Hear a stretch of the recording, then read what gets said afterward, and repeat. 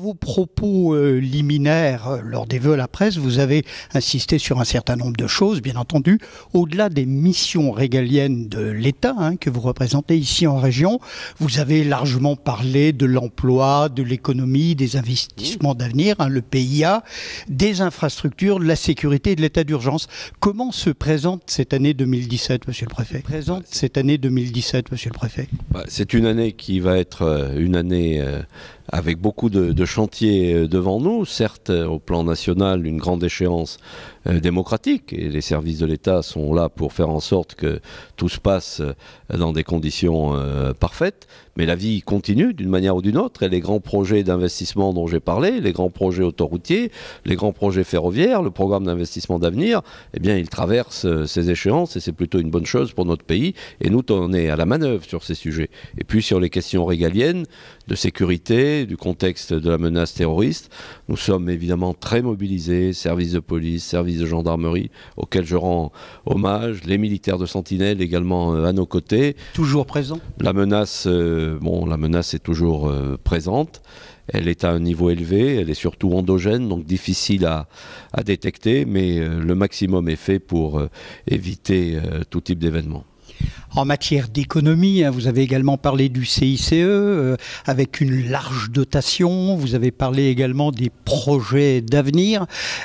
Ça bouge l'économie en Rhône-Alpes, et l'économie est un des moteurs de cette grande région, je vais dire Auvergne-Rhône-Alpes. C'est une évidence. C'est une évidence, un tissu de PME, TPE qui est extrêmement dynamique. On le voit au résultat du programme de l'embauche TPE-PME, là 145 000 embauches qui ont bénéficié de l'aide. Un territoire qui a aussi quelques grands fleurons industriels, Michelin en Clermont-Ferrand, le pôle santé biomédecine ici à Lyon, les nanotechnologies à Grenoble, et je pourrais citer d'autres exemples. Donc c'est une région incontestablement dynamique sur le plan économique, et on le voit dans les indicateurs que j'ai cités. La progression des chiffres d'affaires déclarés en 2016. Vous avez parlé des indicateurs de la Banque de France, entre autres. Les indicateurs de la Banque de France, les indicateurs de l'INSEE sur les créations d'emplois dans le secteur marchand. Donc tout ça se met en œuvre et on commence à en tirer les bénéfices au niveau des chiffres de l'emploi. De manière structurelle, le taux de chômage en région est inférieur d'1 point à ce qu'il est au niveau national, et le taux de chômage au cours de ces derniers mois a baissé de 0,4 points, il se situe à 8,6 aujourd'hui. Au-delà de cet état d'urgence qui est un petit peu anxiogène, je pense qu'il y a matière à être un peu plus optimiste et de sourire davantage. En tout cas sur le plan économique, je le crois profondément.